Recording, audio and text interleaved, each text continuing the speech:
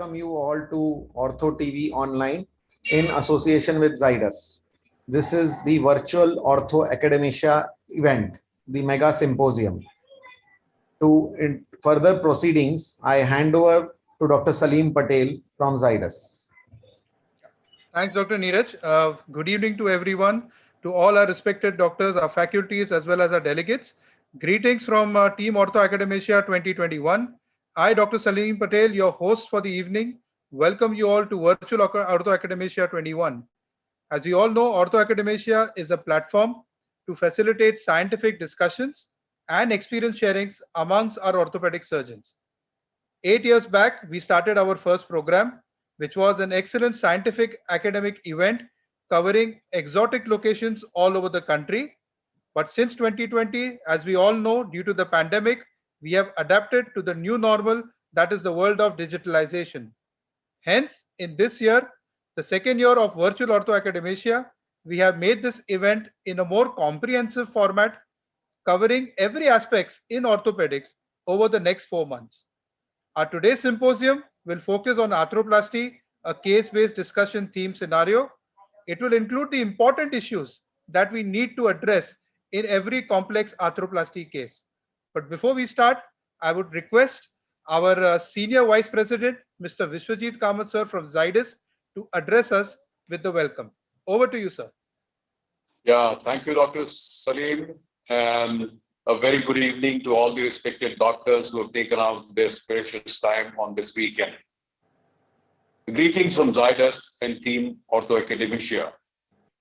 I, Vishwajit Kamath, convey my regards to all our respected faculties of the day.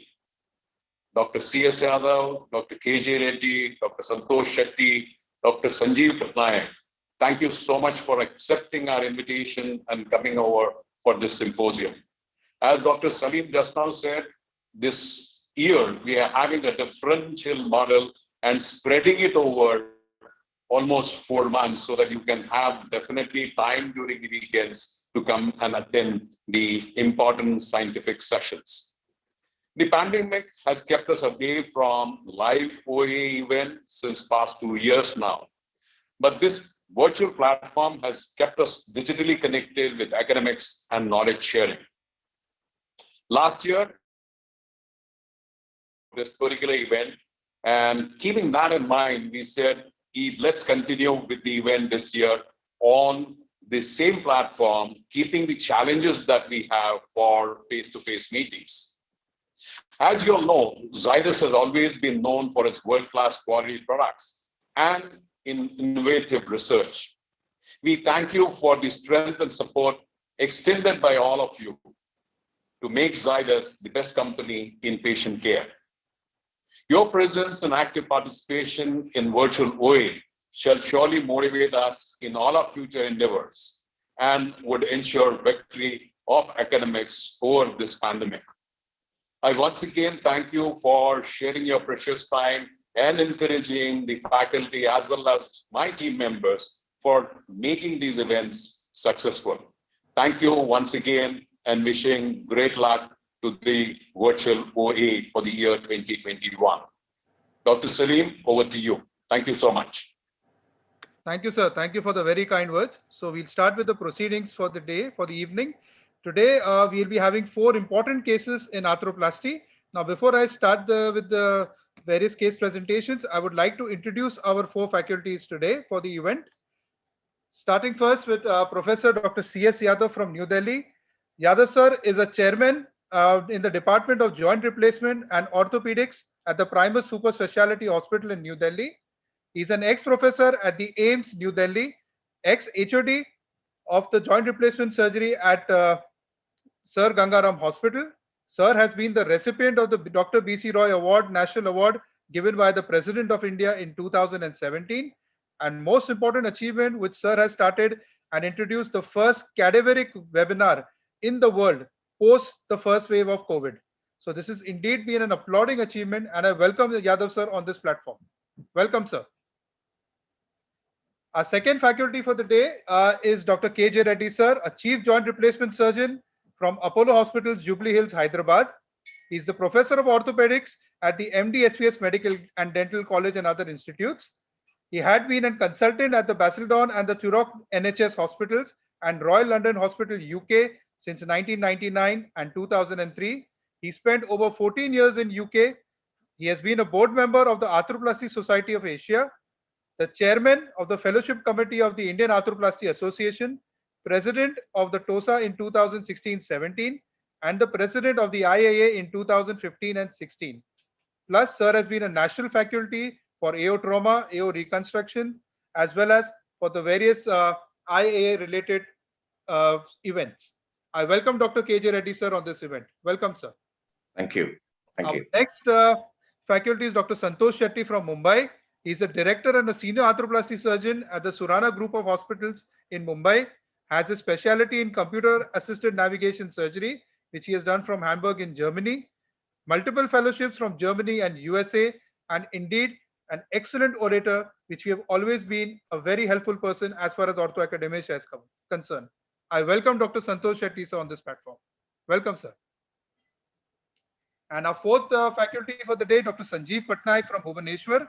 He's a senior arthroplasty surgeon at the Apollo Hospitals in Bhubaneswar, has been an organizing secretary for the Apollo Arthroplasty Conclave in 2014 and 15, and also for the 4th International Gozicon in 2016. Sir also has done multiple fellowships in across the world in arthroplasty and is known for his skills in both hip as well as knee replacements. I welcome Dr. Sanjeev Patnaik, sir, on this platform. So now I would request Dr. C.S. Yadav, sir, to start the first case, that is a periprosthetic fracture. Okay, management in TKR, and especially where we expect the unexpected to happen. Over to you, sir. You can share your screen.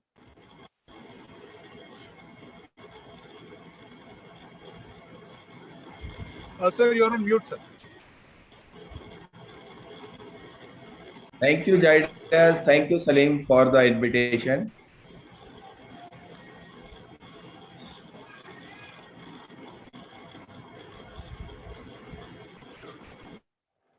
Can you see the screen?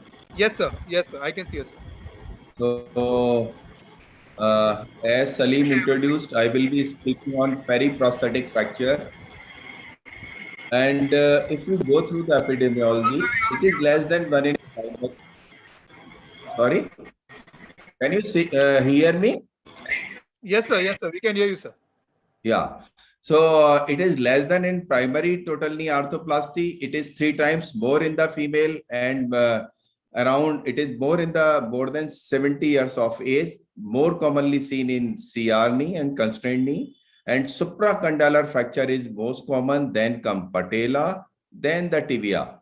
If you go through the factors, these are the 4 important factors: patient factor, poor quality of bone, poor muscle weakness and poor muscle coordination, and poor surgical skills. That is the most important, responsible for the post-operative fracture, periprosthetic fracture.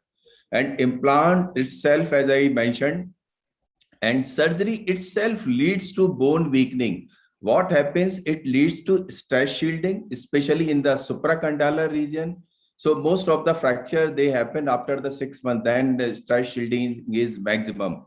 And it reduces the vascularity after the surgery, especially patellar part. So these are the factors, 4 factors which are responsible for the periprosthetic fracture. So I will discuss one case. 62-year female, overweight, diagnosis simple osteoarthritis, no evidence of rheumatoid arthritis, no history of trauma, and steroid intake. So these are the pre-operative X-ray, AP view. These are the post-operative X-ray. So can I invite question here? What to do? Yes, sir. Please, please. You may ask the panelists, sir. Dr. Sanjeev, Dr. Sethi, it is simple. It looks like a simple primary, simple osteoarthritis, grade 3 like that. This is AP view. This is lateral view. So what we will plan for this patient? Sir, we were planning for a unilateral or bilateral for this patient. It is always, if patient is physically fit, I always go for bilateral. It's still in the private practice. If patient is fit, if my anesthetist physician doesn't recommend me for bilateral, I will go for bilateral. So can we have the AP view again on the screen, if you don't mind, sir? We are seeing the lateral right now. Yes, sir. Yeah. Quality of X-ray probably may not be so good, but it is around, I think, 6-year-old X-ray and a 6-old patient. So during the pre-op, sir, what were the challenges that you had encountered, sir, when you were examining these patients? If you can just let us know what are the challenges.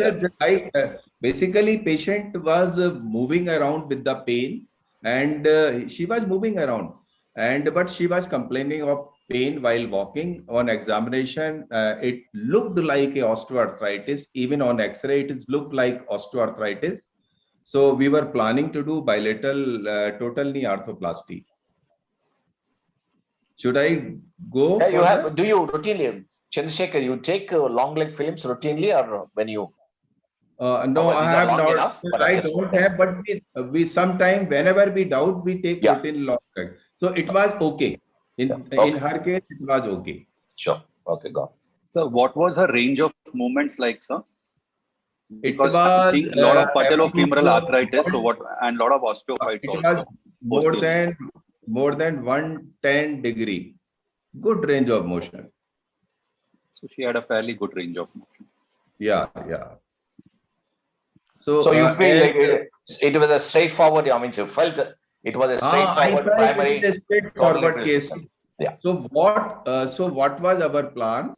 Bilateral TKR, and I was using NRG Scorpio that time. I was a PS surgeon that time. And so we went in. So when we opened the wound, we saw this. It was not visible on X-ray at all. So we were having just primary knee. So now what to do? So can I ask one question over here, sir? When the patient presented to you, was she on a wheelchair, or what was the status of her mobility? She was walking. She was a strong Haryanvi lady. She was walking around. She was not on wheelchair. So was there any sudden increase of pain of recent onset, or was there any history of injury, Chandrasekhar? No, sir. As I mentioned earlier, there was no history of trauma, no history of steroid intake, no like inflammatory arthritis history. She was just having pain for few years, but for few months she was having more pain, so she came for the surgery. If you can go back to the lateral X-ray. So this intra-op picture is of the right or the left now, sir? So probably now we will, that is all. On the left side. Because the left side, it is showing that. In the now it can be seen once we saw on table, then. On that, on the lateral. But now question is, what to do now? Like this. Now what to do for this patient? Question is that. Yeah. It's a big Hoffa's fragment. Yeah. Can I take a, can I advise Chandrasekhar? See, there is a fracture. I think probably you won't get away with a primary knee, and you have to fix the fracture. Yeah.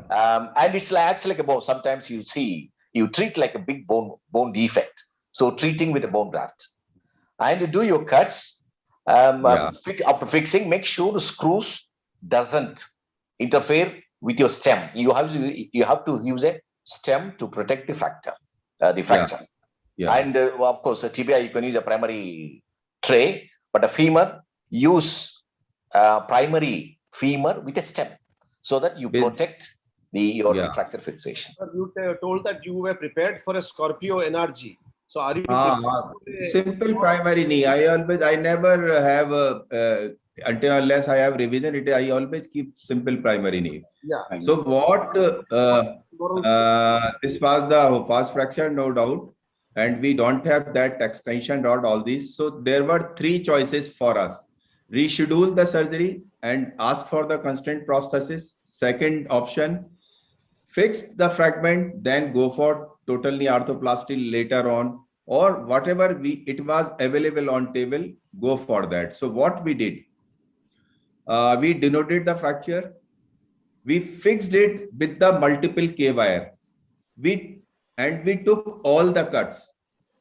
So once we have taken all the cuts, then we fixed it with the screw. So do not fix it since very beginning. First use a screw, stabilize it, take bone cuts, then fixed with the screw. Once you have done with the bone cuts, we fixed it.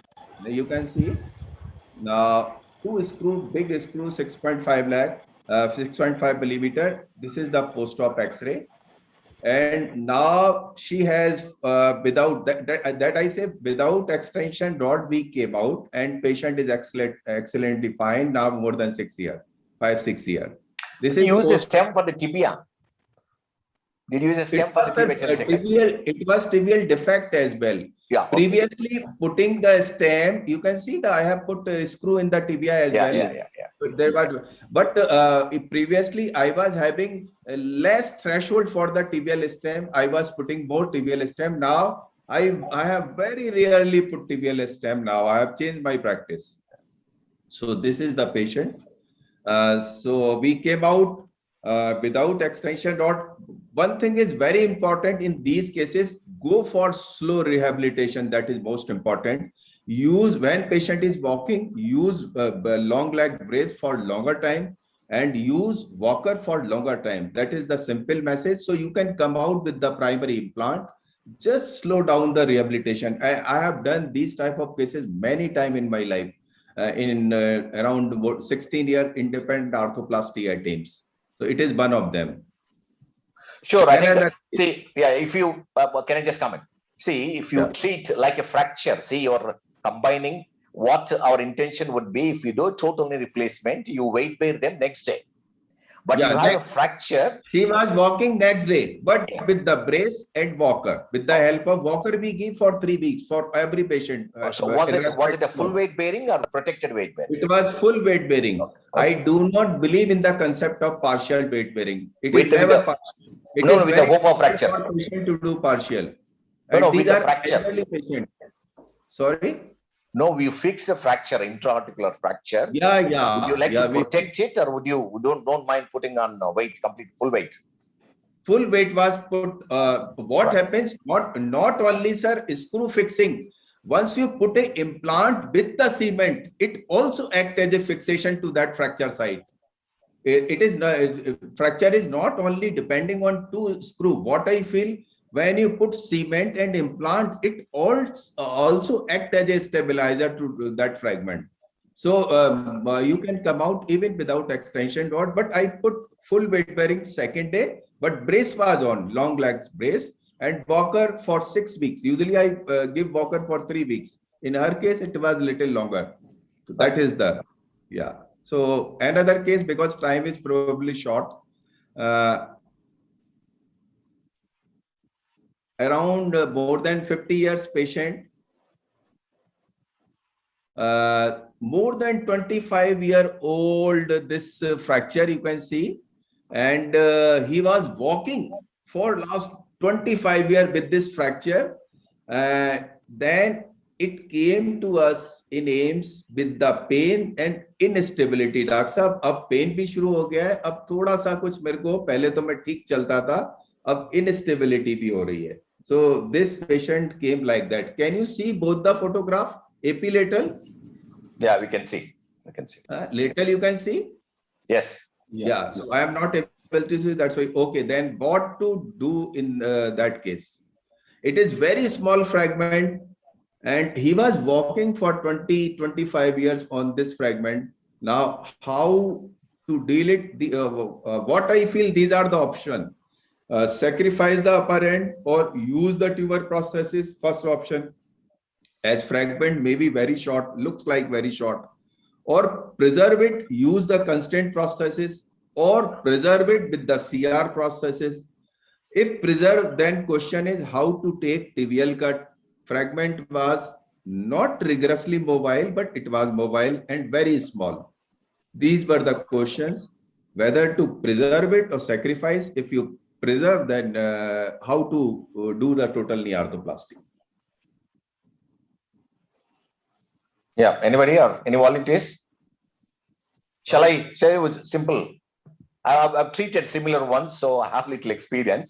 I would use a Sir. hinge.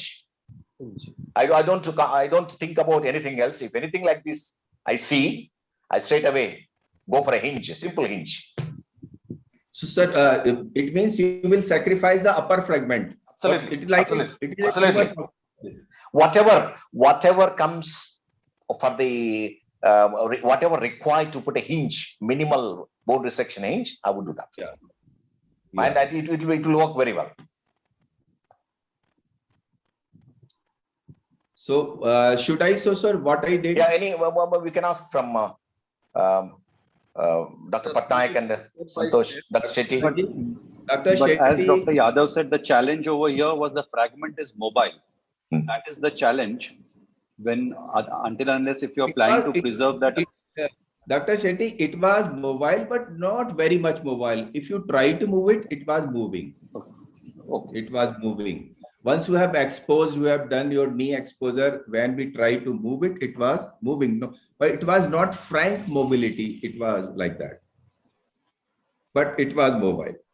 But you can see on the X-ray, there is a clear non-union. Non-union. Either the sclerotic ends, bone ends are sclerotic. So whether it's mobile or not mobile, it's a non-union of the proximal tibia.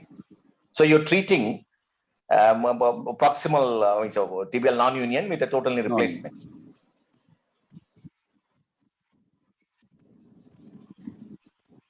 Dr. Shetty is thinking seriously. I would keep a hinge knee as a backup in this.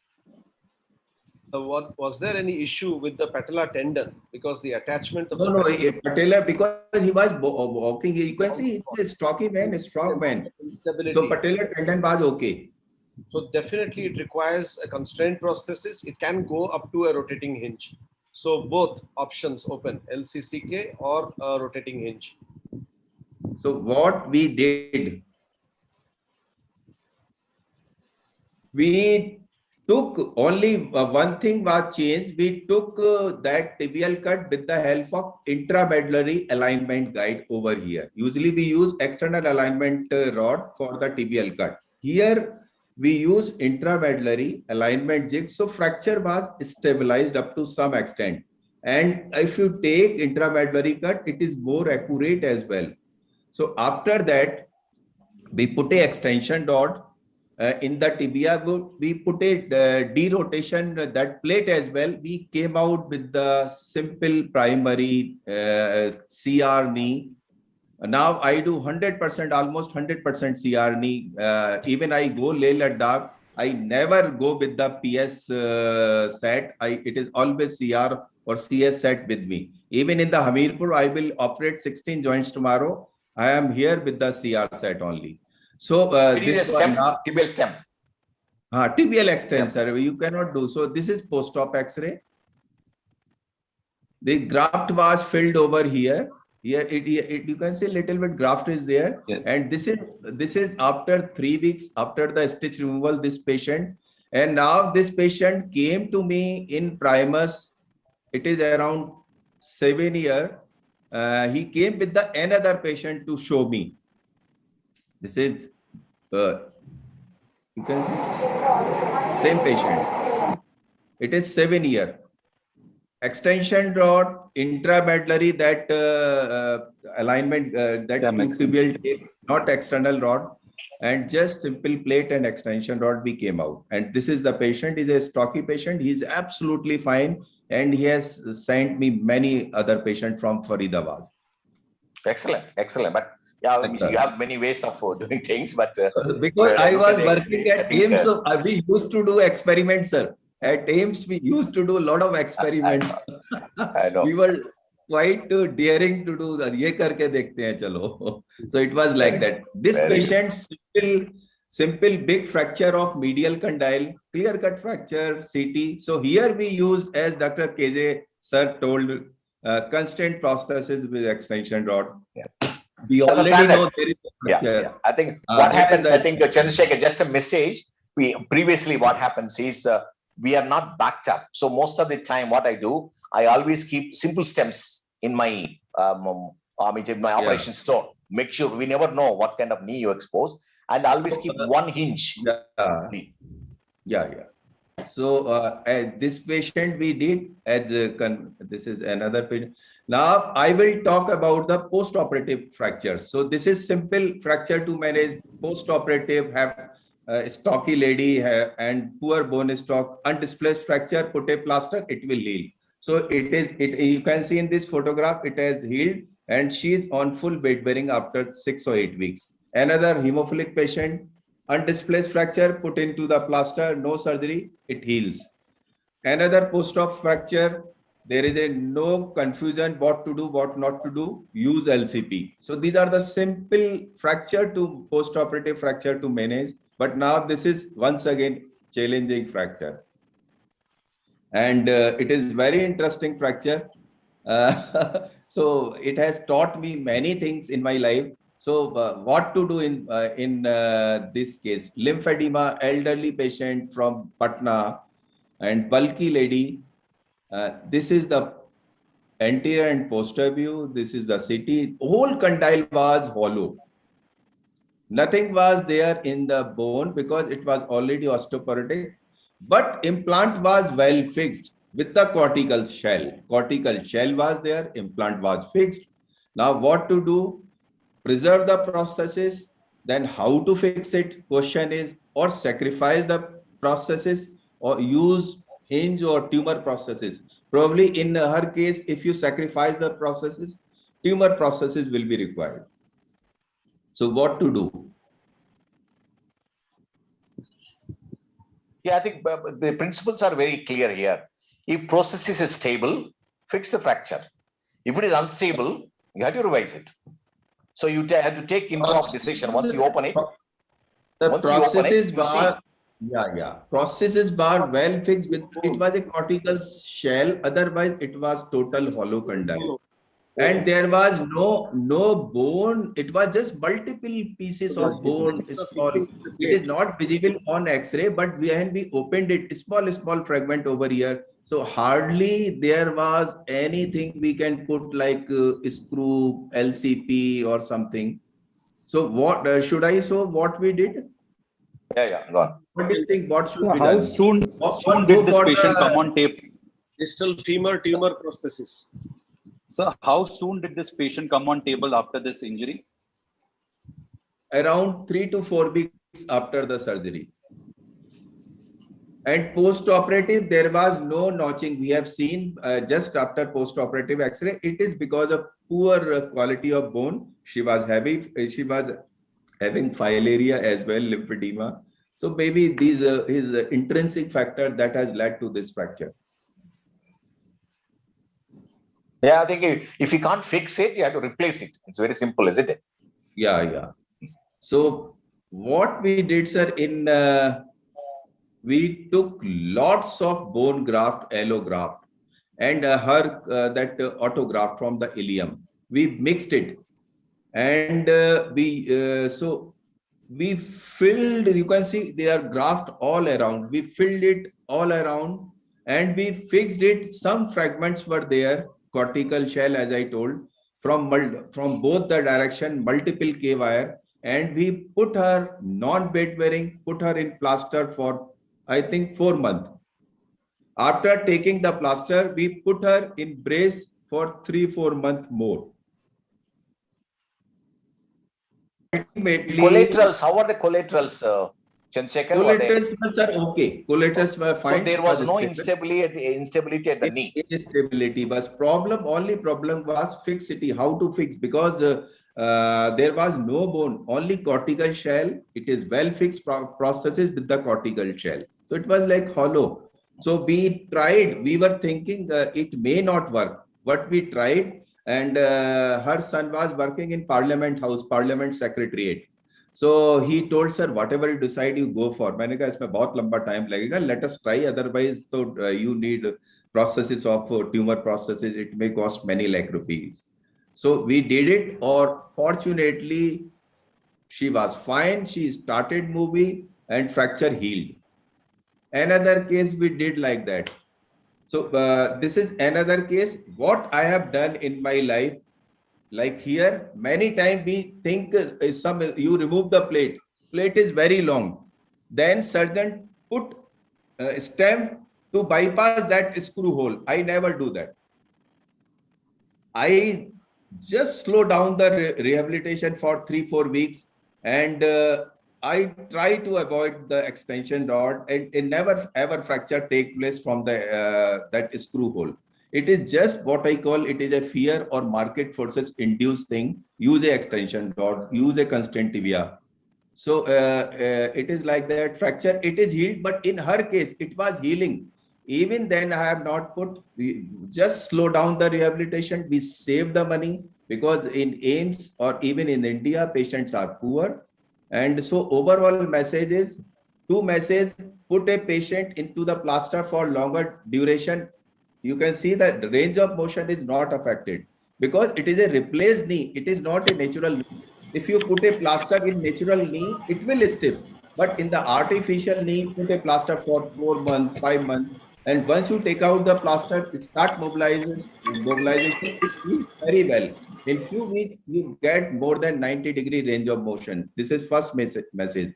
Second message, it is not always necessary to bypass the screw hole when you have removed the implant to just to put a extension rod. I have done many times. I just put primary processes and 2-3 holes down over here. So I'm not bothered. I have not seen any fracture in these cases. So overall message, simple things does wonders. And we have many such type of cases. Think simple, but out of box. Dare to do unconventional act if you are convinced. Use minimum possible implant. I always use still minimum implant. And clear understanding of fracture geometry and status of prosthesis must before the surgery. Result depend on stability of the fracture and prosthesis. Allograft are necessary in many situations. So this is simple message. And one more Thank message you. I can add, that whenever we see Okay. these type of complicated cases, a simple test like a CT scan would have sufficed in predicting the armamentarium which you require. Basically, these type of challenging cases, if a Yeah. CT scan would have been done in this case, then probably the idea, the preoperative planning, which would have been much better, and we could have easily got a femoral extension rod or something like that. Armamentarium could have been arranged. So simple test like a CT scan, it's very cheap. CT scan is about 1,000 rupees or something. I think can be done everywhere. So whenever you feel like it should be done, like we have done in her case, post-operative multiple fragment fracture. CT scan, then definitely we are going to land up in trouble. But in first, you can't say this thing for the first case which I showed. It is simple. CT scan is done whenever you are in doubt, whenever you are planning something else, then it should be done. It should not be misused. I am very clear about it. Absolutely. In first case, plain X-ray, nothing was visible, everything was fine and clinically. But in whenever you think like in such case, 2 cases, fracture, Hoffa's fracture, we did CT scan. In this lady fracture lymphedema, we did CT. But it is not always, it is not like that. It should not be done always. Wherever you think, whenever you're in doubt, do that. Perfect, sir. Perfect. Thank you, sir. An excellent case presentation. There are a few questions, but I will take it after the next case, sir. So now I would request Dr. KJ Reddy, sir. Yeah, if we are in Chandrasekhar, can you unshare? Yeah. Sure. KJ Reddy, sir, will be speaking about prosthetic joint infections. That is the second case. So you can share your screen now. Yeah. That were wonderful cases, Chandrasekhar. As always, it's a pleasure. Thank you, sir. Sharing a session with you. I'm going to talk about infections, which is so most of the orthoplasty surgeons are only about one complication, which is infection. So we have to know how to deal it, know how to diagnose infection, and deal accordingly. Good evening. Greetings from Hyderabad. So just I think briefly one slide I take you. About 27,000 joints were revised for infection in 2012. It will be much more. We don't know Indian figures exactly. And it's quite expensive to revise, as you know, it double the cost. And it quite involved with the high morbidity. Sometimes they can lose the limb if you're not treated well. And it can be, I mean, it's compared with some of the cancers, infections following joint replacement can be worse prognosis than some of the cancers. So for the younger surgeons, I think you have to be very careful. Don't take it easy and be prepared to treat your own complications, especially the infection. And you must, I think, as Parvezi, done a lot of work on infection. I think you must read his articles about prevention and treatment, diagnosis. So this is a 60-year-old lady, 1 year post-op, complaining of pain and stiffness for the last maybe 6 months. She is mother of our physician. There was ESR, CRP was raised.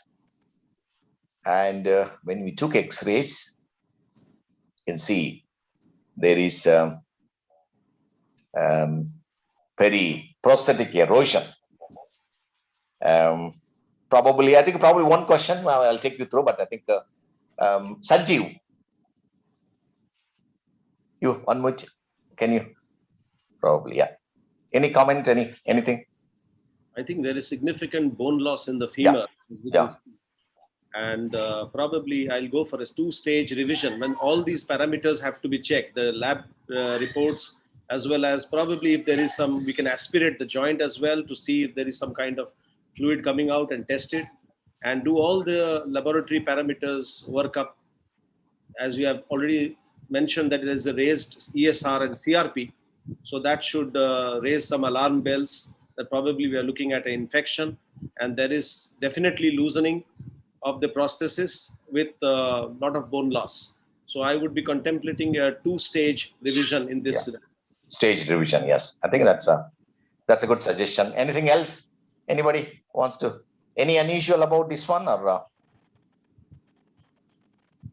Dr. Shetty? I would go with 2-stage surgery with this. Yeah. Okay. So when I opened, because I think I have a reasonable experience about sent for a publication about 80 joints PJI. When I opened, it was like this. There was significant periprosthetic erosion. The components were not loose, and there was no obvious pus.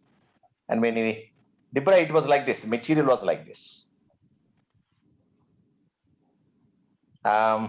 So that suggestive of, it's not a normal. What is that? Pyogenic infection. Any suggestion, any advice at this stage? Otherwise, I'll proceed. Did you send for any cultures on the table? Like what happens is, I think routinely, everybody should know, preoperatively, I routinely aspirate. Yeah. I stop the antibiotics. Some of them are on antibiotics, 10 days to 2 weeks. Aspirate. If aspirate is not comfortable, I'll take a little synovial biopsy and send for cultures. And this was, we did same. It was negative. The routine cultures were negative. And again, once open this one, just for the benefit of audience, I take intra-op, I send for microscopic. Of course, we send cultures, but we can't wait cultures to come back to make a decision. So I sent this one, cultures. And the basic principles of cultures, I take minimum 5 sites and 5 different bottles. And for various cultures, I'll come back to that one in a minute. So when I debrided, it was like this. There's significant bone loss. I can see femur, tibia. Femur, there's a significant bone loss. Anteriorly, there's nothing much. As you suggested, plan for 2-stage procedure and put a handmade articulator, partially articulated spacer. That was the X-ray. and the culture came back as Candida. So I said, routinely I said for aerobic, anaerobic, fungal, as well as TB, because I had in my series, I had 3 cases of atypical mycobacteria. And understand atypical mycobacteria could be contamination of instrumentation. Our microbiologist says if atypical mycobacteria comes, you have to concern about your equipment because there may be contamination, which is the common cause. And as you know, atypical mycobacteria, very difficult to treat. And its side effects are, I mean, the anti-TB medication for atypical, the toxicity is quite high and tolerance is very low. So you have to be very careful. So this came as a Candida. So we treated for an advisor microbiologist 6 weeks of amphotericin and continue up to 15 weeks. This was the X-ray with the spacer in. And the advantage of putting a little spacer is we have little flexibility about maybe sometimes get up to 20, 25 degrees so that when you go in second time, you have, it's easy to, you don't have to do extensive procedure like tibial tuberculosteotomy or quadriceps snip. You can easily get up to 90 degrees to carry on your second procedure. And when I opened up, it was like this, clean, healthy granulating tissue. A bone loss was there. So I reconstructed the bone loss, combination of bone graft as well as implant. So I used 2 stemmed one, both tibia and femur. And this is, we published rare infections in 2013, fungal infections in IJO. And I think what happens is most of the knees we do for infection, the range of movements may not be that good. If you get up to 90 degrees, I think you should be lucky. Here, as you've seen in the beginning slide, there is not much of fibrosis. That may be the reason why she got very good range of movements. About 5 degrees of extension lag, but I think she got good range of movements. So it all depends upon how severely the scar tissue was at the time of, during infection. I think just carrying on, the biggest problem in infection is there is no absolute test for diagnosis and no standard definition or criteria. The definitive one is culture. If you get 2 cultures positive from the same joint, then you are sure. But there's so many disadvantages of cultures in the sense, sometimes you get polymicrobial, time limitations, you can get false positives, sometimes false negatives.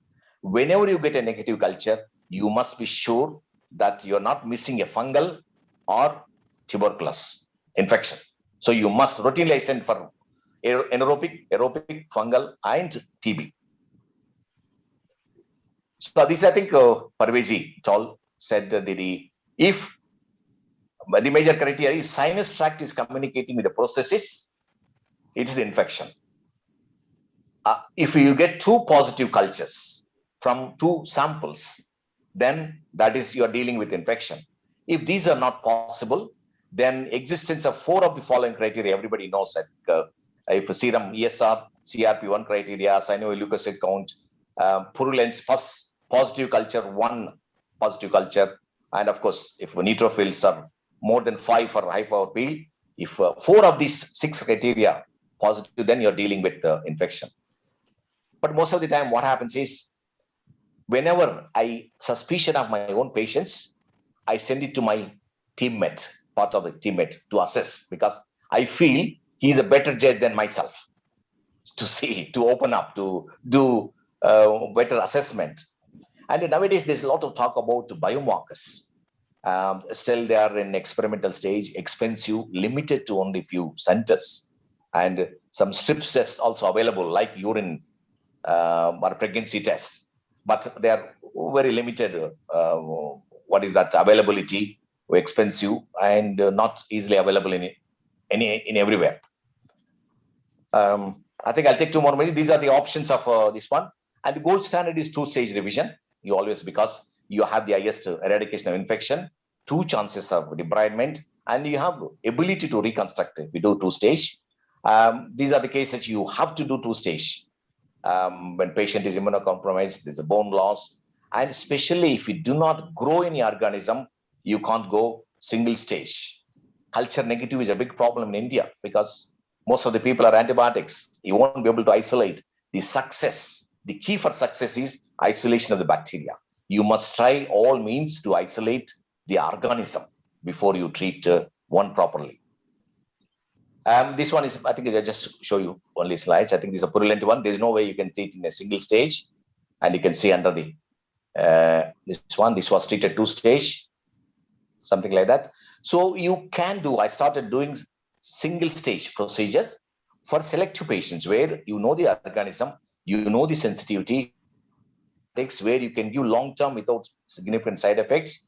There's no immunocompromise, healthy soft tissue, not significant bone loss, and of course, all this minimum 6 weeks of antibiotics given, sometimes may continue up to 3 months. And so single stage revision is you're doing 2 operations one time under one anesthesia. So first stage is like your first stage of revision, second stage is your second stage. So you're redraping the patient, you're scrubbing yourself, getting a new instrumentation. That means you're doing 2 operations under one anesthesia. So don't use same instrument, same nurse. You change and everything like a 2 operation, doing two operations in one anesthesia. So the take-home message is prevention is the best way. Sometimes you can do immediate post-op, you can do debridement, implant retention with antibiotics. You can do selective single-stage revisions, but still gold standard is 2-stage, especially culture negative when there is a bone loss and a difficult organism. Thank you very much for patient listening. Thank you, sir. Thank you. Excellent case, sir. And we will take the questions after the third case. So I think we will go with Dr. Santosh Shetty right now. And I will share his screen. I'll just stop scanning. Yeah, sure. Good evening, everybody. Dr. Yadav has made my life difficult now with the number of cases that he has shown. My cases will be a cakewalk for him, definitely. But nevertheless, primary complex knee is always a surgeon's dilemma. And it's always my pleasure to be a part of these brainstorming sessions with the Zydus family. Thank you, Zydus, once again for inviting me. I have an unfortunate problem where I'm not able to share my screen. So Dr. Salim is going to help with the same process. Dr. Yadav, I must just say, with your experiences and the way you have tackled such difficult cases, in private practice, we don't see such complex cases. But nevertheless, in my practice, whatever I have seen, few of the difficult cases I have selected. And the idea of this entire presentation is so that we have the young surgeons who know what has to be done, and there will be a take-home message for them how to approach such complex arthritic knee when they see in their clinical practice. Once again, it's very common in our clinical practice to see these patients primarily because one, fear of the surgery, patients don't want to undergo these kind of surgeries. And second, cost. That is the reason why in India we see these kind of patients. What is the most important thing that we need to handle these kind of complex arthritic cases? As Dr. Yadav showed in his skills, surgical skills. One of the most important thing that the surgeon should have is surgical skills, knowledge of all the techniques so that he knows all his approaches well when he exposes these knees. He also should know all the technology which is available currently and should have a good knowledge of implants. In his setup, like Dr. Yadav already had aims to back him up, he should be having a dedicated team work of anesthetist, physiotherapist, his entire pain management, physician, and the entire nursing staff to take care of such patients. We need to make certain checklists when we are going to treat such complex arthritic cases. The checklist should include a good clinical examination and counseling of the patient, proper documentation of such cases, proper evaluation with X-rays and scanograms wherever necessary, and a thorough pre-operative planning so that we don't get stuck in the operation theater.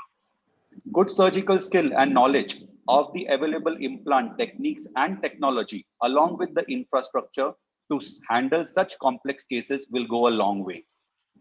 Just coming to the cases now, once we have understood what our checklist is, we will go into the first case.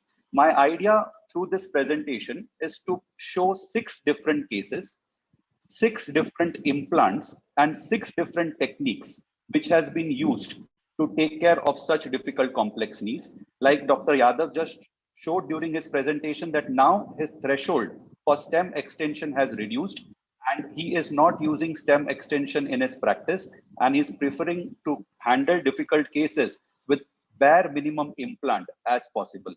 So here I have one patient who has presented with this knee, where if you can see, the challenge for the surgeon is there is a huge defect on the posterior medial side. It's a tight varus knee with laxity on the lateral side, where there is a stretching of the lateral collateral ligament. So the surgeon needs to assess these kind of challenges before getting into the operation theater. Also, if you notice over here, in fact, the medial condyle bone defect is almost till the center of the tibia. Dr. Salim, if you can just change the slide. So challenges that needs to be addressed over here is a tight medial structure leading to a varus deformity, which is not correctable, lax lateral structures, huge medial bone defect, and quality of ligaments and the bone defects. Next slide, please, doctor. So points for discussion would be pre-op planning in this case and choice of implants. Dr. Salim, if you can just go back and just have the X-ray back on screen. Thanks a lot. Thank you. So this is what we had. So I know Dr. Chandrasekhar would say it's the most easiest case for him to take care of this challenge in the OR, but that is how we will go ahead and we'll take sir's opinion that what sir would be going at. Then Dr. Reddy can also come in and give his opinion on this. Whenever there is a lateral laxity, always keep lateral meniscus with the rim. Never ever detach. That is most important thing. And I do measured resection technique. I never do gap balancing for last 8 years. What I do, I take all femoral cut. So I will do minimum release what is required to take the my cut. Same is with the tibia. I will release the tibia minimum what is required to take the cut. Once you have taken the cut, I will remove all the osteophytes. I do not remove until unless these osteophytes obstructing my work. I remove them later on, because once you take a cut, it is easy to remove the osteophyte. So I remove them at last. In that case, I will for the lateral laxity, I will not exercise rigorously lateral meniscus. And secondly, I will, for the tibial tray, we will downsize and lateralize as much as possible. So I think more than 95% of the tibial tray, even 100% of tibial tray will be covered with the parent bone. So in this case, we may come out without extension rod, downsized, lateralized. And what happens in measured section technique, we never go like do posterior, go up to the posterior medial corner of the tibia, release it. It is not required now. What I feel, or strongly feel I. You just exercise the meniscus. Once you exercise the meniscus, medial up to even I do not exercise medial meniscus rigorously. You may rupture MCL. So I think according to I exercise the volume of meniscus which is required for the balancing and little bit release. So minimum release even on the medial side. Lateral side, I will preserve the that lateral meniscus rim with the little sleeve and downsize the tibia, lateralize the tibia. That is my, I will come out with a CR knee. Thank you, sir. Either so as we were discussing regarding the surgical skills and techniques, Dr. Yadav has already told us that his surgical skill and technique will involve in taking minimal cut of the bone, minimal soft tissue release, leaving the rims of the meniscus intact, and lateralizing and downsizing the tibia. This is what his pre-op planning will involve, and he would be coming out with a CR knee without a tibial stem extension. Dr. Reddy, would you want to add something to this, sir? I think me and Chandrasekhar go in the same line. I think I do all measured resection. I do, and I do PS knee, routinely PS knee. I strongly believe in PS. I've been doing for the last 20 years. There's no reason for me to change, and I don't keep changing patient to patient all the way. And here, I think one tip you have to be careful because some of the implants there is a mismatch. If you go down more than one size, the femur tibia is not compatible. So you should select a company where you can go down 2 sizes. Like in Smith & Nephew, you can go down. But if it's a Depew or a Striker, only one size is allowed. Because tibia, when you lateralize, there may be mismatch of the size. You may not be able to do with one size down. So that's, I think, one tip I can give. Remaining, I think that's a very good tip. Very good tip for the young surgeons who are watching this live telecast. This is a very good tip that we should be also knowing about the implant, because if we are going to downsize, we may not have the tibia which we are looking to match with the femur. Thank you, sir. Dr. Patnaik would like to add something to this. Same thing for me, Dr. Reddy, as he has already told that I am also a PS knee, mostly almost 95% as a PS knee, and I would lateralize the tibial segment as well as, most important, I'll take 2 millimeter extra cut so that I will bypass the defect, medial defect. And I'll try to, normally I take almost like a 6 or a 7 millimeter cut to put a 9 millimeter spacer. But here I will take a slightly more, maybe a 2 millimeter extra cut and lateralize the tibial component and a PS knee. That is sufficient. Thank you, Dr. Patnaik. So basically, any challenging case is all about pre-op planning. If you have planned well to start with, you will not struggle inside the operating theater. And with all the 3 panels, they have given their opinion about the surgical tips. Now, I would just like to show what I have done. If I can show the post-op. We have selected Biomet Vanguard implant over here because, as Dr. Reddy said, that is one of the implants where any femur and any tibia will go ahead. So that was the idea of keeping a Vanguard. I have used the stem extension. This was done around a decade back when my threshold for stem extension for all the cases or most of the cases wherever the insert size was more than 13 used to be there. Off late, I have started using less of stem extension, only stem extension where need be. I used to do PS surgeries that time, but now I'm back to CR and almost more than 95% of my cases are CR surgeries now. So here I just wanted to show to the delegates over here that we have used an wedge and augment on the medial side for the bone defect. The choice of the tibia over here is a tibia with lateral offset. So Biomet Vanguard was one of the implants at that particular time in which any femur would go with any tibia. That was the reason of keeping this tibia with a lateral offset and also the option to use a wedge on the medial side with stem extension. So this is what I have done. Yes, we can. And as we go ahead, we will show you certain cases where we have not used the stem extension, nor we have used wedges, but we have got away with screws or graft also. But this is one of the cases. The take-home message in this is know your implants well, know your inventory well. And this is a place where you have femur and tibia, any femur, any tibia, when it comes to Zimmer Biomet Vanguard.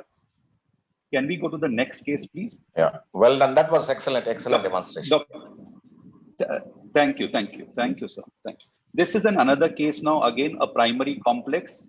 Now, in this case, the challenge was, again, there is a fracture of the osteophyte medially on the right side and also a defect on the medial side. So basically, most of the primary complex cases, we will have these kind of challenges where it will be a tight medial structure. If it is a varus or a valgus knee, we'll have to deal with the valgus structures. But here, once again, we're dealing with bone defect and tight varus knee. So I guess we'll just directly go to the x-rays now because we have discussed what are the tricks for these particular cases.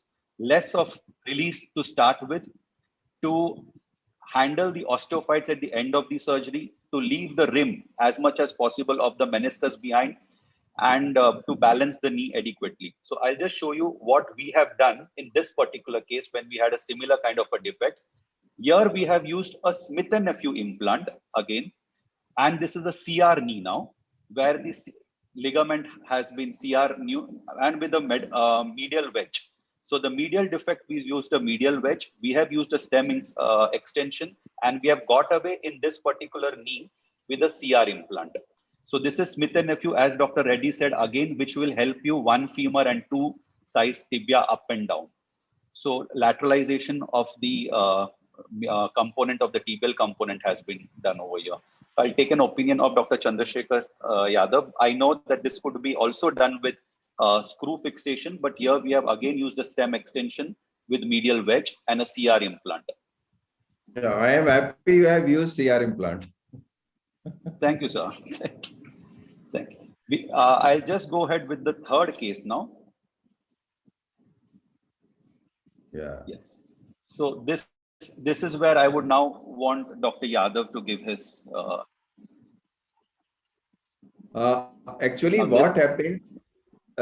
Sometimes these X-ray looks like very horrible. Once you open the knee joint, you find LCL is there, though it may be lax. Even MCL is there. Even PCL is there. So it is absolutely it may be because of bone defect, these type of deformity.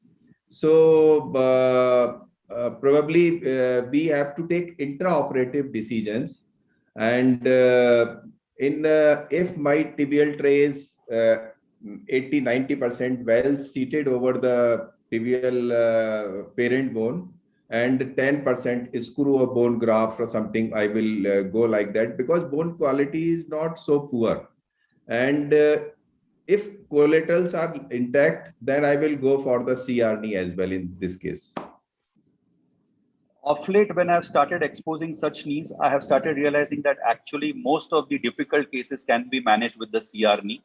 You just need to have a threshold and just keep a backup of the PS implant. But as you told that tomorrow you're doing around 16 surgeries and you have not kept any PS as a backup, I am always keeping PS as a backup in my operation theater, and also these days UC implants as a backup in my during the surgery. UC I use, but UC is an excellent thing.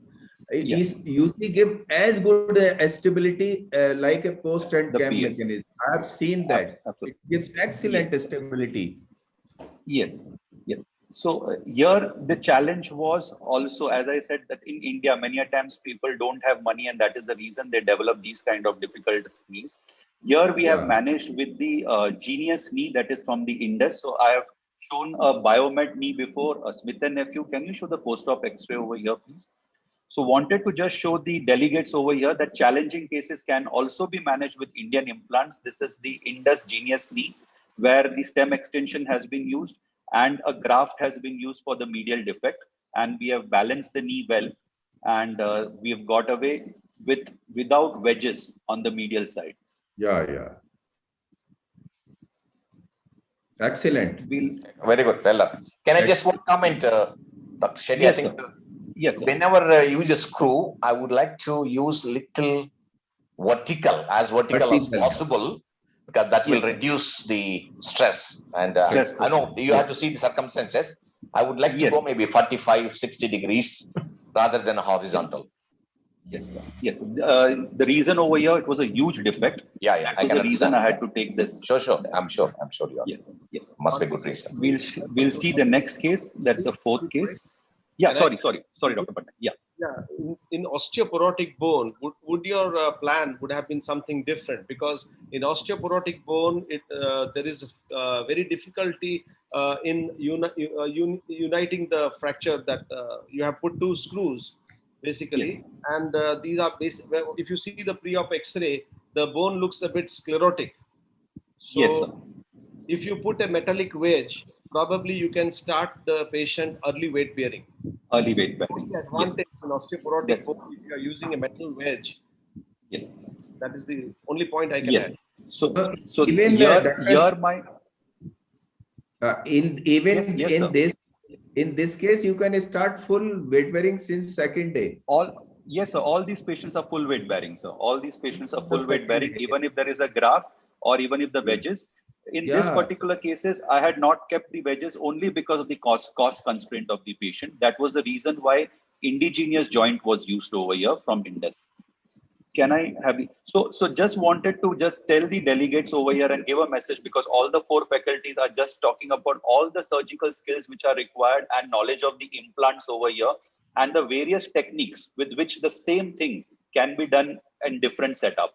Maybe Dr. Patnaik would use some another implant, but the end result would remain the same with screw Same. fixation, may or may not with the stem extension. But in such cases, I think so it's better to use stem extension because the defect was huge. So I would prefer using a stem extension in these kind of cases. Next case, please. Now coming to challenging case number 4. Here we have osteoporosis also and a very, very lax knee. This is a very lax knee.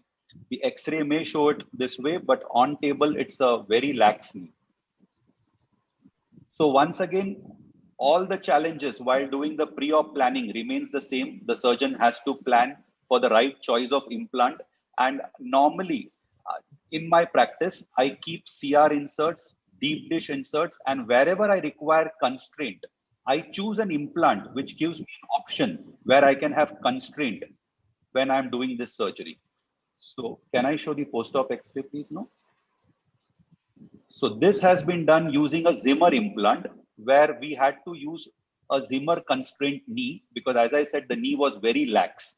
To balance this knee, I have used a stem extension along with the constraint knee.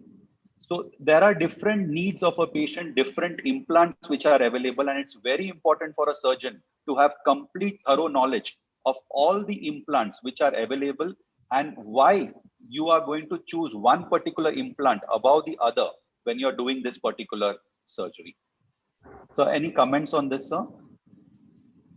Well done, excellent. I think I don't have, see, I don't want to prove something. If patient needs a better knee, Yes, sir. I do not Yes. compromise. If he needs a stem, Yes, I use a stem. If he needs a wedge, I do wedge. If he needs a hinge, I do a hinge. I don't want to prove myself that I can get away with without these things. That's my message. And I think one more message, Dr. Shetty, we should give to the young generation.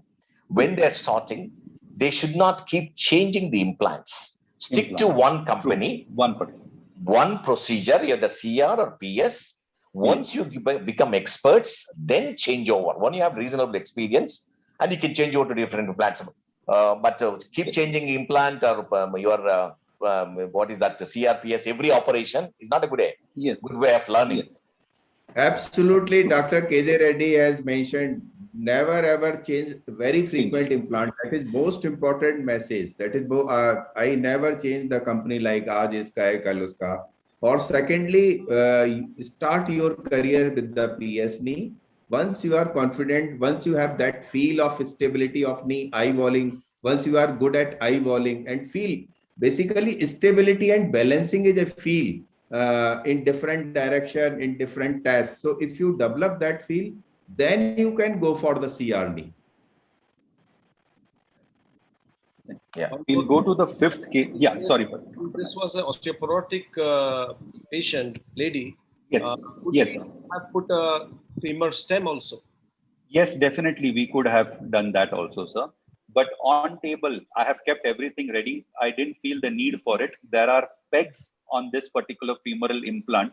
So I was happy with the fixation of the femoral implant in this particular case. So I have not used the stem. To periprosthetic fracture because she is osteoporotic. And more Yes, sir. start teriparatide after the operation. Yes, sir. All my patients, mostly whenever I see osteoporosis, they are put on teriparatide for at least a year. Yeah. Yes, sir. We'll go through the next case. Now, here once again, the same challenges. I'll show you the post-op. But in this case, what I have done is one side, I have done a Smith & Nephew knee, and on the other side, I have done a DePuy attune. So I'll just show you the same patient, 82-year-old. It was done in 2 different settings. So I have used 2 different implants. Can I have the post-op? So on the right side, I have used the Smith & Nephew knee and I have used the screws. And on the left side, it is a DePuy attune. And it is a CR attune. It's a CR knee, DePuy attune CR with the screws. Very good. Well done. Excellent. As Dr. Yadav said, some of the knees can be very horrible on X-rays, but when you open Yes. up, if the deformity is to the bone defect, you can get away with the simple. If deformity is with the ligamentous problem, if both MCL, LC are intact, I think you can do majority of the time they do well, and you don't need most of this armamentarium. And as Dr. Yadav has said, many a times you don't need to release much on medially. It's just the bone cut also. In most of these cases, if you have noticed, especially on the right side, we have just lateralized the tibia and the medial condyle has just been shaven off. So just releasing that much of bone and doing a reduction osteotomy also plays a huge role in bringing about the ligament balancing. And this is one technique which I would say the young surgeons should learn, just doing a median reduction osteotomy of the tibia. Can I have the next slide? Yeah, sorry, Dr. Patnaik. Dr. Shetty, now what was the reason for you to choose two separate company instruments on these two knees? Yeah, both these knees were done in two different sittings. They were bilateral knees, but done in a gap of around 3 months. And I had delegates for a Smith & Nephew demonstration on one of the days, and I had delegates for DePuy demonstration on the other. So that was the need for me to do Smith & Nephew on one end and show a DePuy attune on the other end, because I had delegates who were visiting my center. The patient tells that one knee is better than the other knee. So that's the thing. Yeah. So basically, both the knees had different challenges. So when I had spoken to the patient's relative, and off late, luckily, because of NPPA, both the knees cost the same. So it doesn't make a difference. But there was time when both the knees were costing different. So then it would depend. You need to speak to the relatives on the cost factor. But here, yes, the relative saw the X-ray and was like, both the knees are looking different, doctor. Was there any reason? So obviously, I had to say that this knee fitted well. So this was the reason why we use this knee for this, right? And that's how I had to explain it to my patient's relative. I'll just come to this is the pre-op X-ray and the post-op X-ray of the same patient after the surgery. So the right side is the Smith & Nephew and the left side is DePuy attune. Next, please. I think so Dr. Yadav has been a part of this X-ray last time when we had met in one of the platforms. Here we again have a very bad, and this is a complete scanogram now, where we can see the varus deformity and also a defect medially. This was also an absolute challenge to treat. I'll just show what we have done in this particular patient. This is Max implant, where we have used the Max PCK set, which is a constraint, progressive constraint with stem extension on one of the sides. And I will just ask sir to show the other side. This is what Dr. Patnaik was saying, that we should use also the femoral stem extension. So there was a need over here for the femoral stem extension also. So on table, if you see over here, the wedges have been used medially, stem extension has been used on both the sides, and a semi-constrained knee also has been used. So depending upon the need of the patient, the surgeon, as Dr. Reddy rightly said, everything should be done in the interest of the patient to get the best results. And one needs to plan this before one enters into the operation theater. So take home message for all the young surgeons who are watching this. Can I have the take home message? This is the pre-op now, and that was a post-op. This was a pre-op, and this is the post-op now, the same lady. And the take home message. All of us agree over here that the most important thing is the skill of a surgeon. Surgeon should be aware and comfortable with all the approaches and available techniques for soft tissue release and handling bold defects. Technology. Surgeon should be well versed and trained for using all of the various instrumentation sets and symptoms and computer assisted navigation wherever necessary, as rightly pointed out by all the panelists, that a young surgeon should not move from one system to the other unless they are well versed with the system. Next.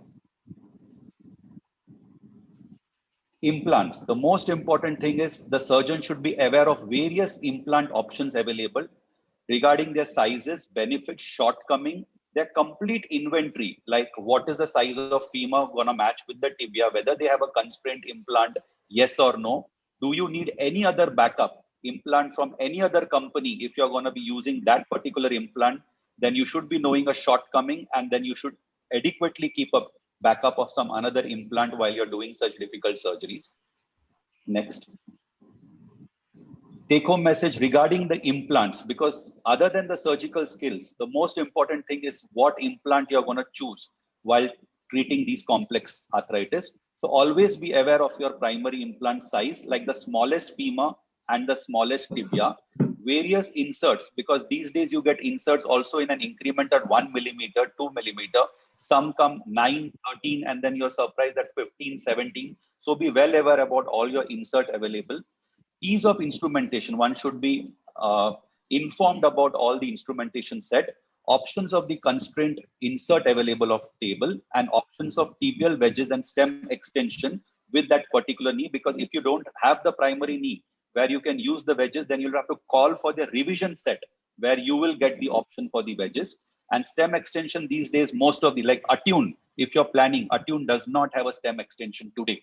So if you're going to plan difficult cases with Attune, you may get stuck because they don't have a stem extension as of today. Always remember of options of modularity. If you're going to shift the tibia and you're looking for a tibial offset, look for implants which can give you the option of moving your tibia with a offset. This is what I would want to give a take-home message to all the young surgeons who are watching this program. Once again, thanks a lot to the Zydus family and Dr. Salim. Dr. Yadav, Dr. Patnaik, and Dr. Reddy, thanks a lot for being a part of this discussion. Thank you. Thank you. Thank you, Dr. Santosh. It was an excellent presentation of the 6 cases and beautifully presented as well. So we go on to our final case before we'll take the questions after Dr. Sanjeev finishes his presentation. So I would request Dr. Sanjeev to please share his screen. And his case presentation is about an ankylosed hip and the challenges you have to face. So a real challenge, which is an ankylosed hip. Over to you, Dr. Sanjeev. Yeah. Can you see my screen? Yeah, we can see. We can. Yeah. Okay. So thank you very much, the entire Zydus team, Dr. Salim Patel, for giving me the opportunity to speak. And definitely it has been a real pleasure for me to be a part of Ortho Academia family. Real challenging cases I've already seen. I've learned a lot. Very beautiful presentations from previous speakers. So today I have been entrusted with this topic, total hip replacement in ankylosed hip, a real challenge. Just a minute. Can you make it a PowerPoint, big screen? Yeah. Sanjeev.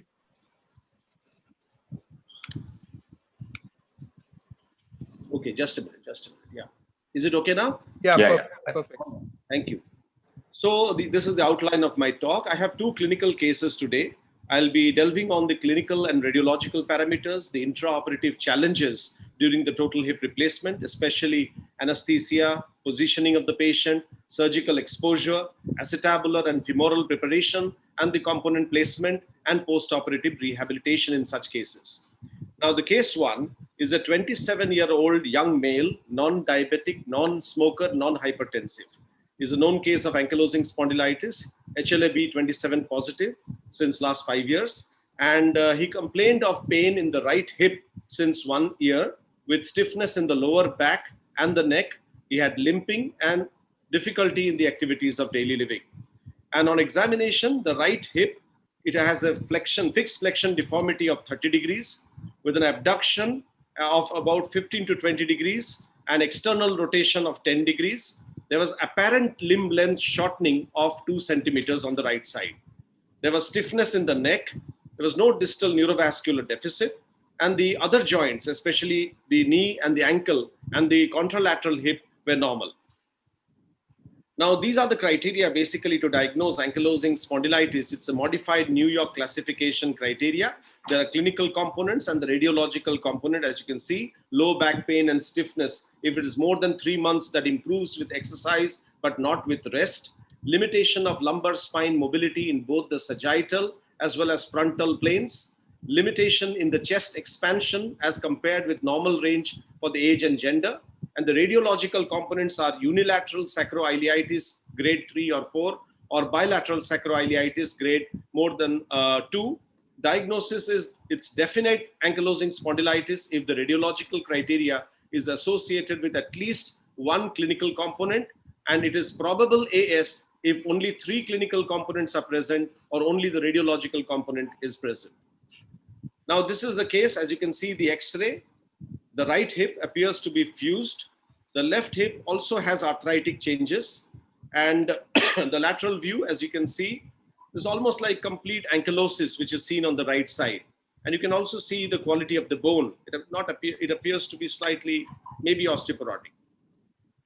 This is the X-ray views, basically the AP and lateral. I need to see the dorsal-lumbar spine as well as the sacroiliac joint and the neck, because it shows some amount of stiffness in the neck. That could be a problem, especially if this patient goes on to a general anesthesia.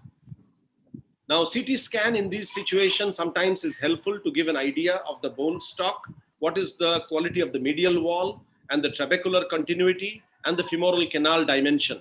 So CT is not not mandatory, but it will be helpful. Now, the planning. Now, we had planned uncemented THR in this patient with keeping a cemented backup, lateral decubitus positioning on the table, spinal epidural anesthesia, anterolateral approach. That is the approach which I mostly use, but I need to be prepared myself whether I require some kind of extensile approaches, maybe a trochanteric osteotomy if required. And the hip system that I want to use is the Smith & Nephew Synergy Proximal Coated Femoral Stem, the 3-hole reflection cup, ultra high molecular weight polyethylene, and oxenium femoral head. Now, the challenges which I anticipate here, the anesthesia concerns. Definitely, I need to anticipate that there might be some kind of problems during anesthesia because of the spine, the stiff spine, and the neck. If we are going for a spinal epidural, that may be a problem. Now, if general anesthesia is contemplated, then we need to see we have adequate fiber optic options, nasal intubation. This patient has decreased chest expansion, so that could be a decrease in the tidal volume, and we need to arrange blood products. That is the preoperative assessment. And coming to the positioning on the OT table, because the patient has a flexion deformity, I need to put this patient on the lateral position. Basically, he has a flexion deformity with some amount of external rotation. Now, adequate padding and strapping needs to be done because sometimes I need to tilt the OT table. So that has to be also done. So this is the position of the patient. Fortunately, he's a thin-built patient. Now, with as you can see, bolsters are put in the pubic symphysis region as well as in the sacral region with adequate padding, and the operative limb is kept free. This is the, as you can see, this is the position. The entire limb is moving in one. There's not much of motion. There's a flexion deformity, and it appears that there's some amount of movement, but definitely it is fixed. It's a stiff hip. So now coming to the challenges again in the acetabular exposure, we have to know the landmarks basically, and then we need to plan the femoral cut, whether we need to do an in situ femoral neck cut. So sometimes we have to remove this head in piecemeal fashion, and the acetabular rimming, we have to be extremely careful. We can use the C-arm if we are in slightest doubt. So the C-arm has to be there in the OT. Acetabular and femoral component placement could be a problem, and then the bone quality needs to be addressed. Now, this is the steps of surgery. The exposure is an anterolateral approach. Then identifying the head and the acetabular junction is very important in this type of scenario. Sometimes you have a layer of labrum, which you can just trace out. And then once you have adequately exposed the head and neck portion, then you can do the in situ cuts. And then you need to mark it. And you should have 2 Homans retracted down so that you don't injure the other structures, especially the nerve. And in this flexion deformity, you have to be careful that the sciatic nerve is also stretched. So this is the exposure by the anterolateral approach, which is the common approach which I normally go. But I need to be prepared that whether I need to do a trochanteric flip osteotomy or some kind of extensile procedure. Now, this is the thing, looking for the remnant labrum, careful in situ rimming, maintaining correct orientation till the true acetabular floor is reached. And we can see once you rim it, you can identify some amount of fat globules, fat pad in the base of the acetabulum. And sometimes if the ligamentous teres that is unossified, you can also see that. And definitely in most of the cases, you can see the transverse acetabular ligament. So these are the landmarks basically you need to see. And this is careful with the rimming. smallest possible rimmer, basically to remove the cartilages and uniform so that we reach the true acetabular flow. So once you have done that, and then you can place the acetabular shell.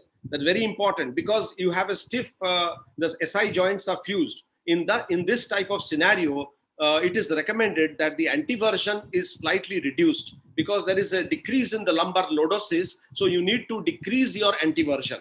Vice versa, if the lumbar lordosis is more, then you have to probably increase. That means the sacral obliquity is more, you need to increase the anteversion. So here it is the reverse. You need to decrease the anteversion. And then the cup inclination, it all depends whether you follow the Ranawat's principle or you follow the other Widmer's almost like combined anteversion of 37 degrees. That is very important. So normally we keep the inclination around 35 to 40. So that is ideal. Now the femoral component placement, the challenge is more in the acetabulum here in such scenario.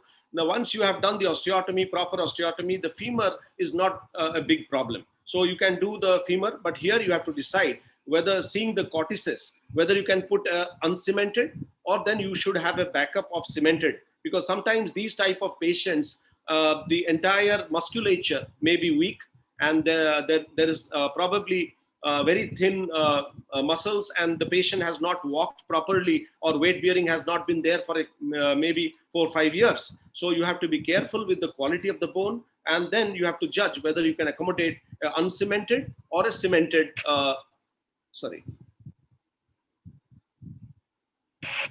that's the standard thing that which we normally go. It's just not working.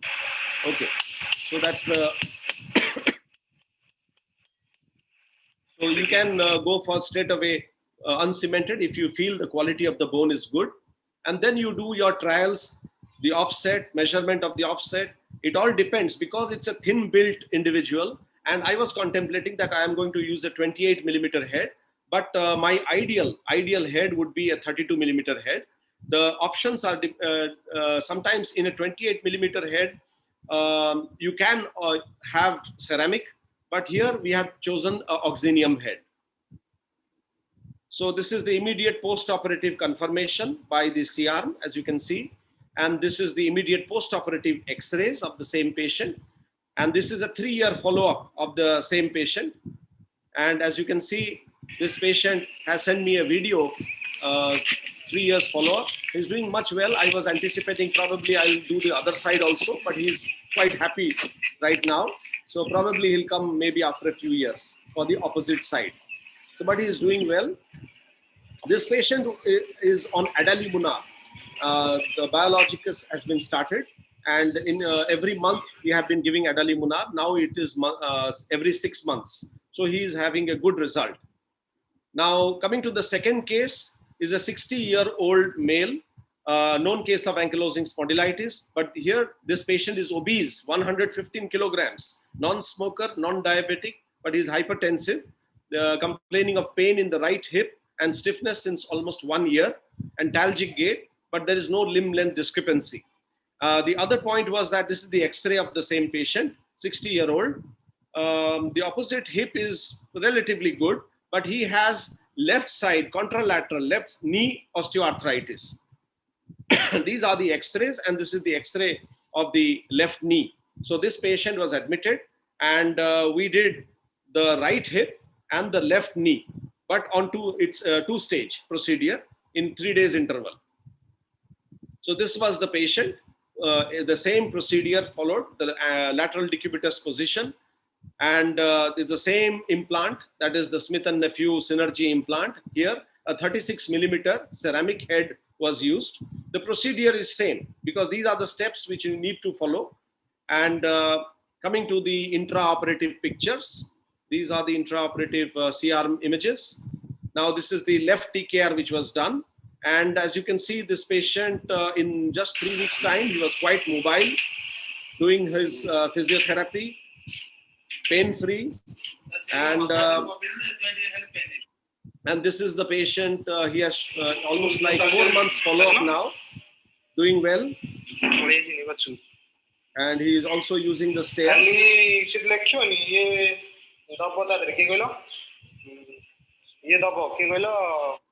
So my take-home message here is total hip replacement in ankylosed hip can be quite challenging. Now, meticulous pre-operative workup and planning needs to be done.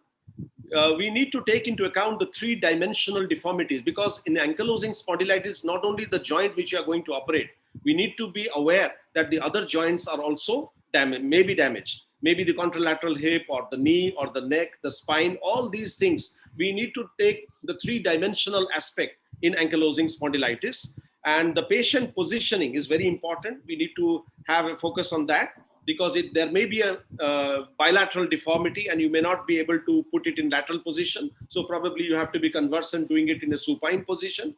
And then anesthesia, the challenges involved in anesthesia, because these patients definitely going for a spinal or a general anesthesia could be complicated.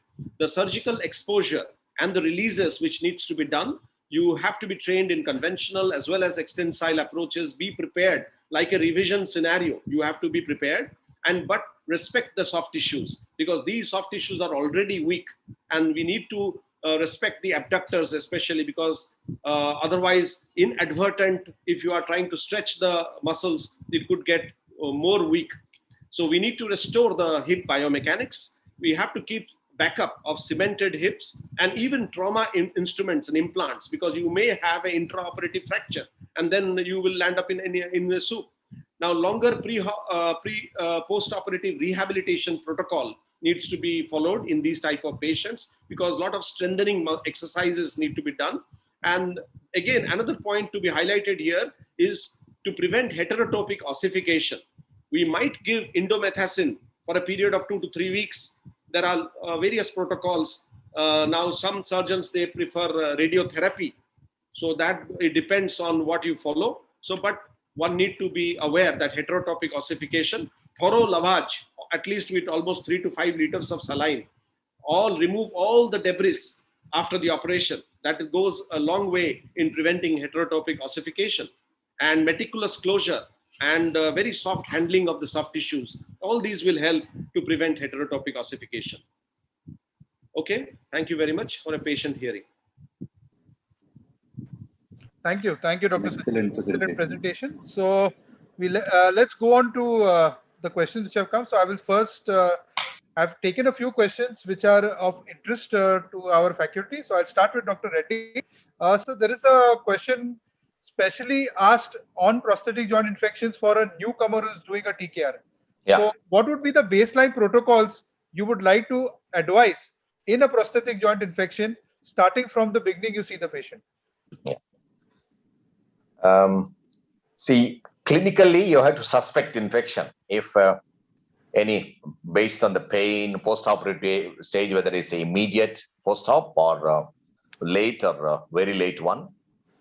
Then you have to see, most of the time, you have to depend on the clinical and, of course, blood parameters. CRP, ES are very sensitive if it is a late post-operative one.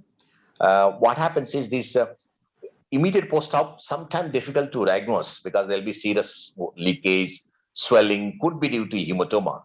But you have to be very careful whether it's a infection or just a hematoma. That's why I ask my colleagues to assess, because they assess better than yourself. And if it's a latent infection, what happens? Most of these people come with septicemia. And most of them are bloodborne infection, bacteremia, then septicemia. So they end up in ICUs. And you have to be very aggressive in diagnosis as well as a treatment. And investigations wise, as I was telling, I think bone scan is out. We don't do routinely any bone scan because it's no use. Most of the time, aspiration is very, very important. And if you can't get any good aspirate, take a synovial biopsy. The key for successful treatment is isolation of the organism. Once you isolate, you can plan, you can eradicate infection. So you have to try all means and send cultures from 5 different places to anaerobic, aerobic, and fungal as well as mycobacterium. And you must inform the microbiologist. Most of the time, what happens? Samples were taken, kept in the operation theater, very long time, they're dried up, and evening, sometime evening staff, they'll come and already dried up, so they may not grow anything. So it's important. You must make sure before you finish the operation, sample should reach microbiology. Micro. Perfect, sir. Perfect. And sir, suppose you get the patient at the initial level with pouring pus. Yeah. What would be your protocol? Yeah. If it is immediate post-op, what happens is within a few weeks, maybe 2 to 3 weeks, if you explain to the patient that you're going to take the implants out or do second surgery, it will be very disappointing. They'll be very disappointed. So if you get in quickly, you can retain. That's called the DIAR, debridement, antibiotics, implant retention. And there's good number of studies. If you know the organism and the implants are well fixed, you can try debridement. Probably once, maximum twice, not more than that. Probably you may be successful in the case, but the most important thing is infection like pregnancy, yes or no. So you have to get in. If you suspect, you can't diagnose infection and wait till a later stage. So you must get in and debride thoroughly, and you have to be very aggressive. Right. Yes, Dr. So what about poly exchange in these early stages? Yeah, that's one. What happens is most of the time when you do DIAR procedure, you have to exchange poly as a part of the procedure, because unless you take the poly out, you won't be able to access posterior compartment. So that's part of the debridement part. Routinely, you take the poly out, debride thoroughly, if the implants are well fixed, and you know the organism, you put the implant spacer. Most of the time, what happens is, with my experience, if I used a 9-1, it goes to 11. When you 10-1, goes to 12. Because of the inflammation, there will be some laxity, but not to worry. I will use probably spacer one size above. Most of the time, it needs one size above. Can I ask one question? Sir, yes, Ajay, what is the role of antibiotic beads in your hand, sir? See, nowadays there are quite a few. The problem is antibiotic beads. Some come with a fixed antibiotics. Some you can mix. I like the one which you mix and they get absorbed. I think I use them routinely for these things. So if you know the culture beforehand, that's a good idea. Absorbable antibiotic beads, your known antibiotic, you can mix it. First question that already you have answered, that is the Yeah. stimulant, that you can mix the antibiotics. I was just trying to point out the stimulant. Stimulant, yes, yeah. Stimulant. Something like stimulant, yes. Yeah. Another question is that how well you debride the intramedullary component, and do you leave any like cement beads or something like that? No, not for infection. Just wash it, All, or just you leave? all dead material will be removed. If you're doing a revision for a loosening, you can leave the cement bits, but for your doing a revision for infection, you have to take all. Cement is like a dead piece of material, so you have to take it out. If you're not sure, take you rightly said in your case of hip replacement, use your C-arm, use your image intensifier to identify, and you have to take your time in first stage of debridement. Right. Perfect, sir. Now, next question. This is for Dr. Santosh. Regarding your cases, there was one comment which has come up. What would be the best implant company to start off with for a beginner who's doing a TKR? And what are your pros and cons on navigation versus robotics? That's very secret, very confidential. Which implant you choose to start with? It's a tricky question, I think so. Basically, every surgeon likes a particular implant. There would be a lot of reasons for that.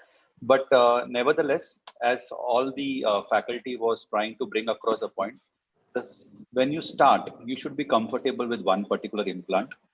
Start with the PS knee. Once you get comfortable, once you have achieved the art of using that implant and getting a proper, because as Dr. Yadav rightly said, everything, you only see everything in the post-op X-ray, but when you're inside the OT, it's only about the feel, that you feel that you have balanced the knee. Everything is all about how you feel it. So whatever implant you're comfortable with, you can use that implant. Start with a PS, progress, gradually go on to a CR, and that is what I have done. And off late, I have stuck myself to CR. My threshold is CR and the UC insert only and only if I'm not able to balance with a CR or a UC, I will be going in for a PS. Otherwise, primarily, it's all about minimal invasive surgery with most of the time subvastus approach or a midvastus approach. I don't use median parapatellar approach also off late. Coming to robotic versus navigation, I have done my training in robotics also, but I have been using navigation regularly wherever the need be.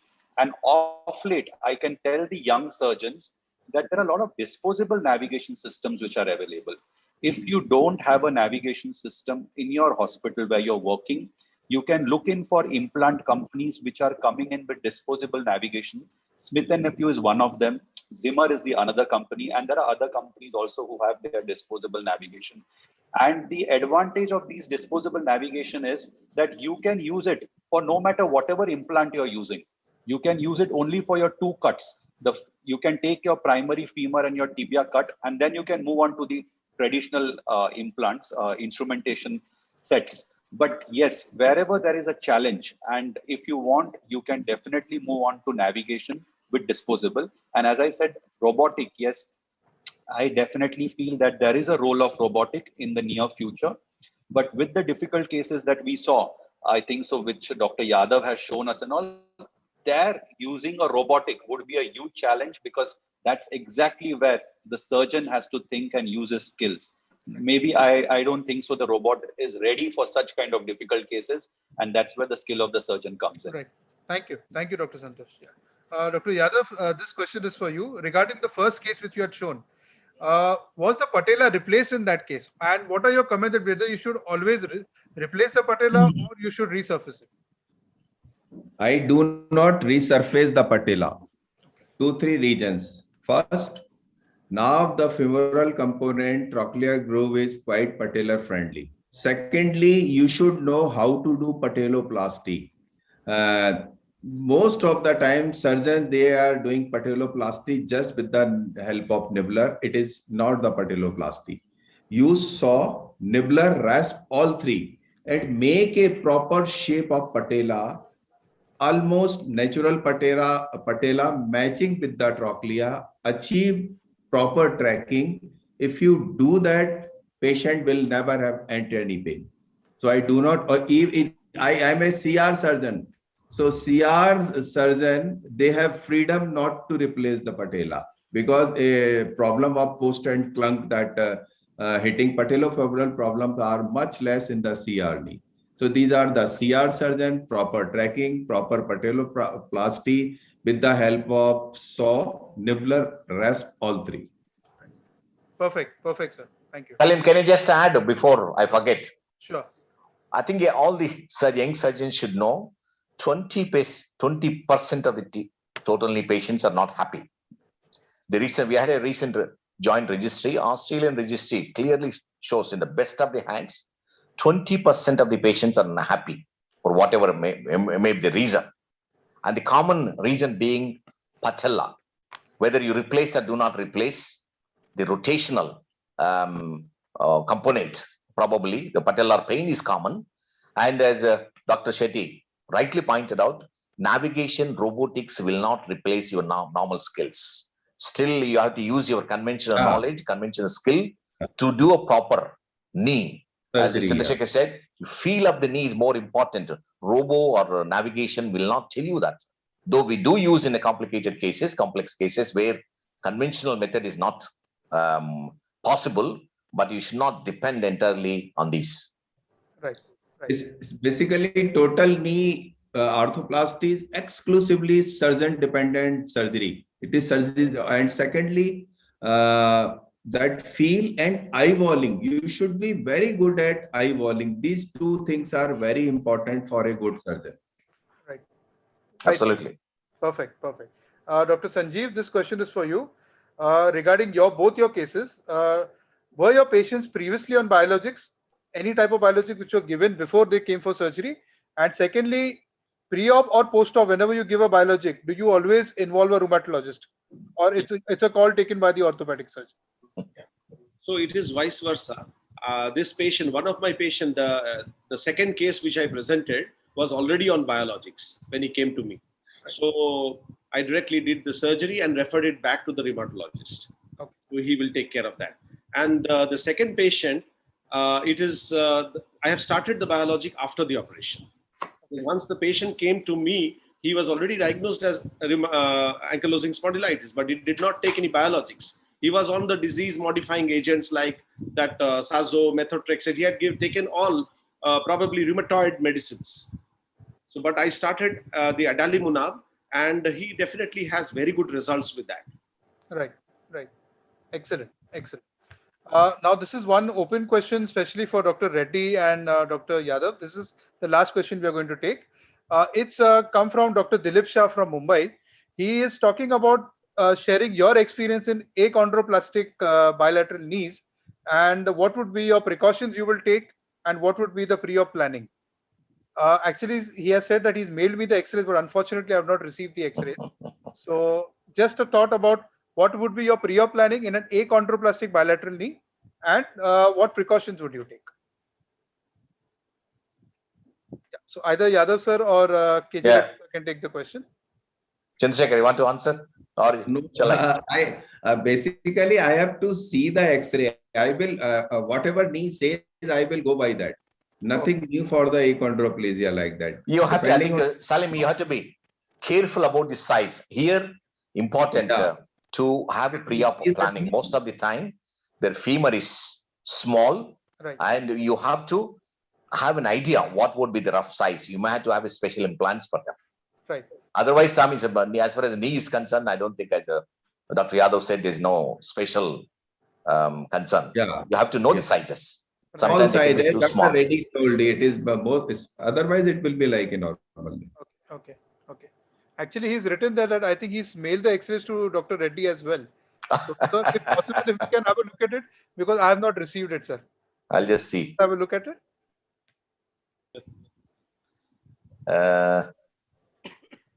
No, I haven't got it. You haven't also received it. Oh, Dilip Shah, yes. You received it. Okay. Yeah, I got it. Case. Yeah. Probably. Projected is possible. I can see on my phone. I'll just check on the mail. Just 1 minute. Sure, While you're sure. discussing, I'll Sure. just see Yeah. whether I can. Sure, sir.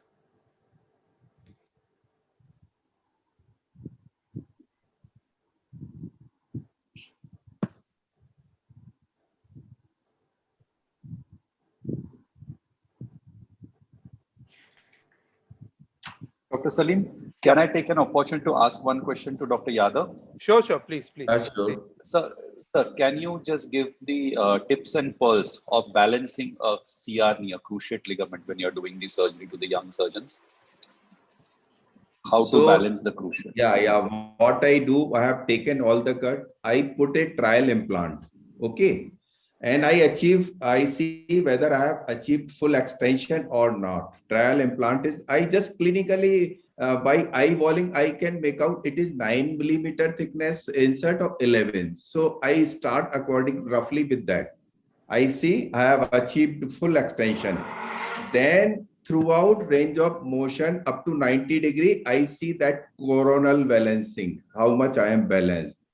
After doing that, I just pull out and I see whether there is a lift off or not. So these 4 or 5 things I see. If it is fine, then it is done. Another test which is not mentioned.